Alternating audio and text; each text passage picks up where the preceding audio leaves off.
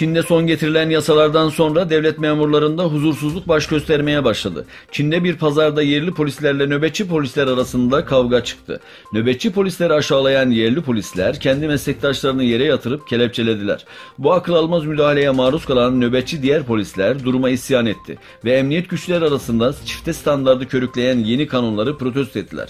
Konuyla ilgili açıklamalarda bulunan Etik Başkanı Karakaş, Çin'in ahlak anlayışı çökmüş durumdadır. Polislerin birbirine zorbalık uygulayıp birbirlerini halkın önünde kelepçelemesi, Çin hükümetinin saygınlığının kalmadığını gösteriyor. Zorba ve ahlaktan yoksun olan bir devlet anlayışı var. Bu gidişatla bu yönetim baki olamayacaktır ifadelerini kullandı. 20 yıl önce Bosna Hersek'te yaşanan savaşta katledilen 7.000'den fazla kişinin cesedine hala ulaşılamadığı bildirildi.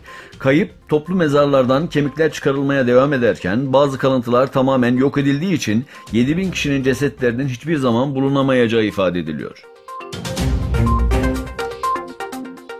Birleşmiş Milletler Genel Sekreteri Antonio Guterres, İsrail ve Filistin arasında artan gerginliğe ilişkin olarak yıkıcı başka bir çatışmanın eşiğinden dönmek için tarafların geri atması gerek ifadesini kullandı.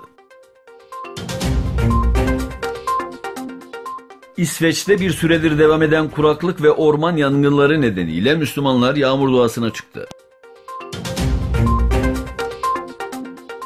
Somali'nin başkenti Mogadishu'da düzenlenen 2 ayrı bombalı saldırıda 2 kişi hayatını kaybetti. 4 kişi ise yaralandı. Eski meclis binası yakınlarındaki ilk saldırıda Dışişleri ve Vakıflar Bakanlığı'nda görevli Fuat Jaman'ın aracına yerleştirilen bomba patlatıldı. ABD Havacılık ve Uzay Dairesi NASA önümüzdeki 8 yıl içinde Ay'da sürekli astronotların yaşayabileceği bir istasyon kurmayı planlıyor. ABD medyasında çıkan haberlere göre böyle bir programın hayata geçirilmesi, özel şirketlerin çeşitli materyallerin uzaya ulaştırılması alanındaki rekabeti sayesinde mümkün hale geldiği yorumları yapılıyor.